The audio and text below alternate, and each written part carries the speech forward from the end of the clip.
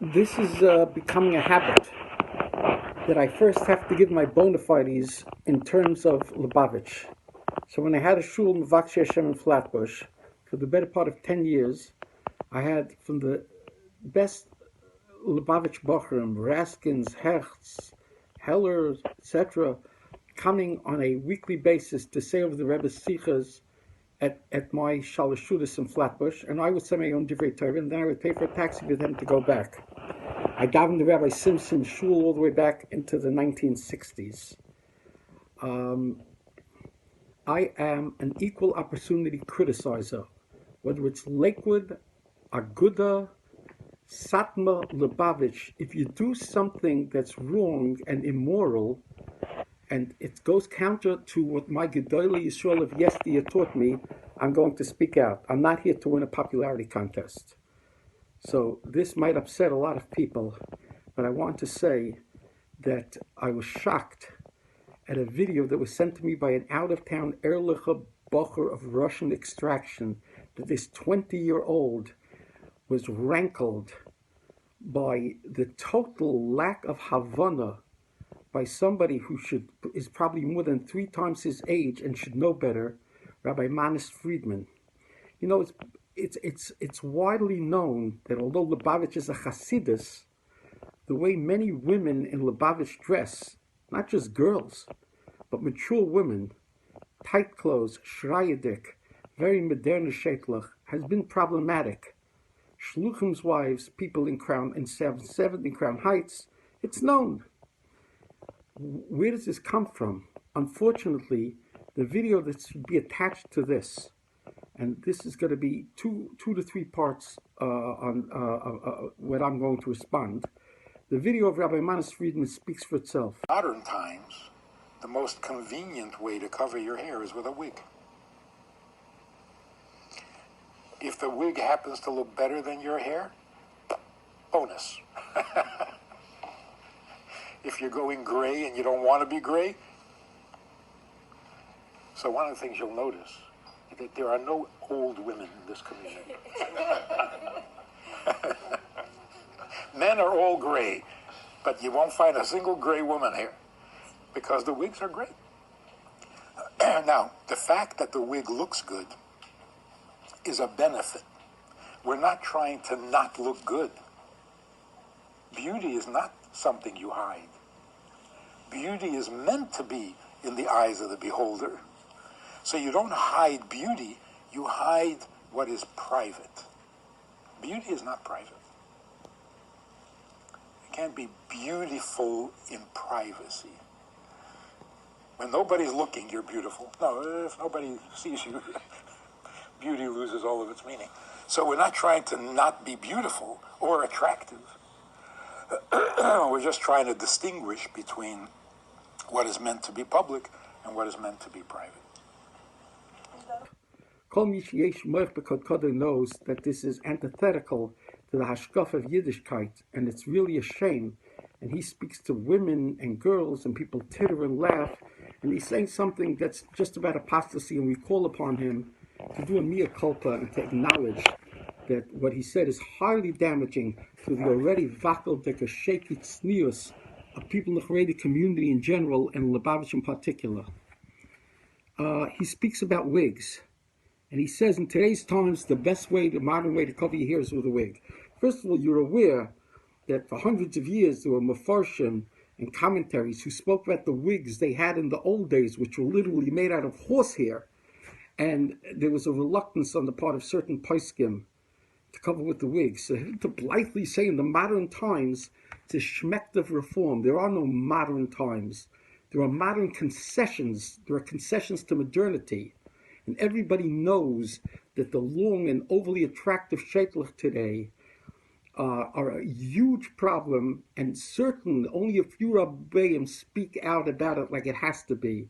It's quite havoc and let loose the dogs of war. Rav Elyashiv is on a tape that's available, questioned about this, and it says if a woman is over das Yehudis, then the husband has a right to divorce her.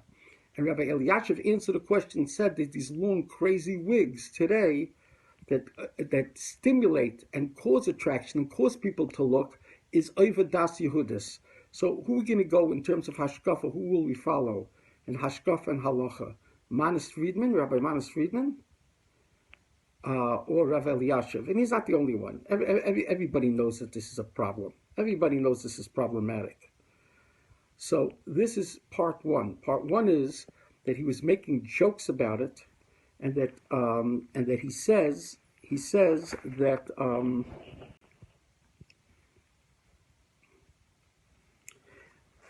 he says that beauty is not, and attractiveness is not something we hide. And then he mixes in about something that you don't do in public, in private. Well, let me just say this.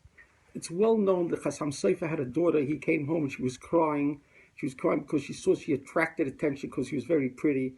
And he gave her a bracha, and she became less pretty. She became comely. But he gave her a bracha that she was going to have Gedolei Yisrael for generations. Okay? Which is what happens. I think there's a story with an Amora and his daughter with a similar thing. So the concept here is there was an Amora's daughter or something who used to daven in the morning that she shouldn't be in the sayan to anybody. She shouldn't cause anybody to be overlay sasuru. No, Rabbi Friedman, a woman is supposed to dress demurely. She is supposed to go to her clothing closet in the morning, Rabbi Friedman, and say what kind of clothing and what kind of a sheitel I can wear, that I should be proper, but I should escape attention. She doesn't have to make herself ugly. But the words you use about beauty is not to be hidden and attractive. This is pure goyish. This is antithetical to kol kvuda bas melech penima. Okay? Women are supposed to be singularly attractive for their husbands. Many svarim have been written about the time for women to dress up is not to go in the bungalow colonies or to shul and do the promenade with a ton of cosmetics and perfume and all her best clothing. She's supposed to save that for the inner sanctum. That's privacy. Now, shame on you, Rabbi Manis Friedman. I'm sure you're a nice person. Nobody can match your smile, your wittiness. You're a much bigger scholar than me. But I don't even know if I could say on you Agav Churfe Shabeshte, because this is so far from Churfe. This is so counterintuitive to intelligence. It's really terrible. Maybe you've been out in the Ori Hasada too much, or maybe you're rationalizing this Verkrumtkeit of the way your women dress, but it's really ridiculous.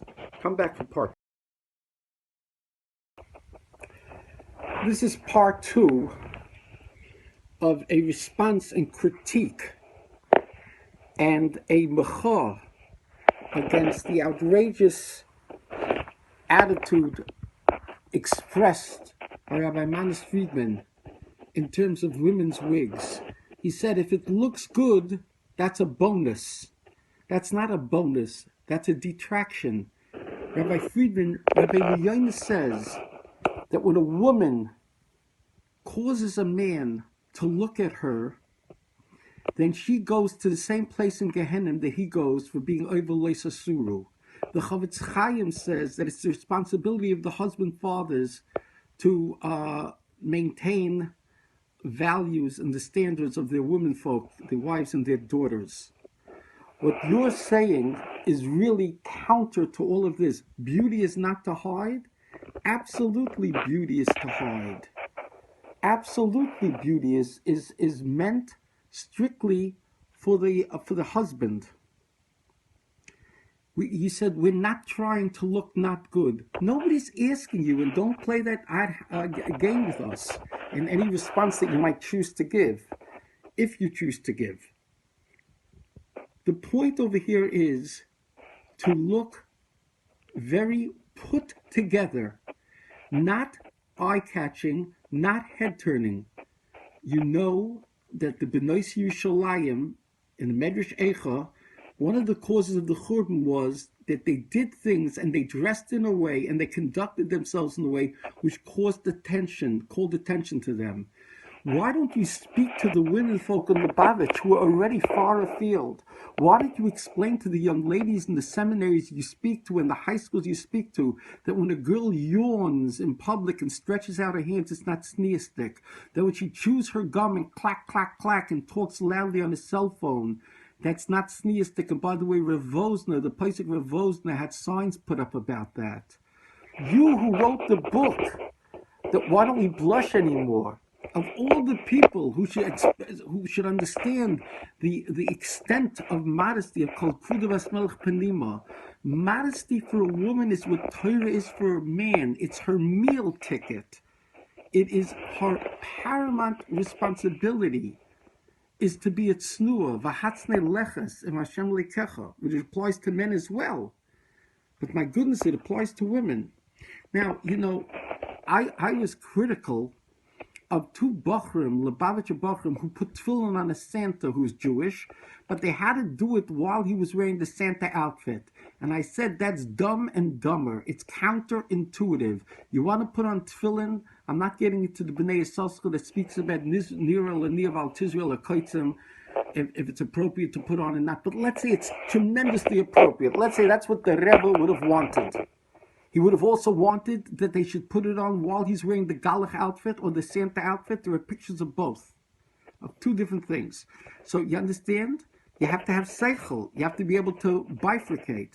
It's the same thing with what you're saying. How can we expect that Lubavitch women, or women in general, who are influenced by you, who gets tens of thousands of hits on YouTube because of your endearing and charming way of talking, you are leading people astray. You're a Pied Piper of promiscuity.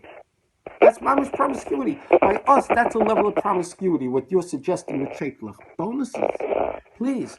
So how could I have kindness now on these Bachim that they should know better if a mashbia of your import in Lubavitch, 3 times or more as old as them, is saying something that's much more detrimental and damaging even than the foolish, stupid picture of Beli Das, of Chamorim Beli Das, not Chabad, Bina Dea, Chochma Bina Dea, without Das. To put on tefillin, what you're saying is much more counterintuitive and much more dangerous.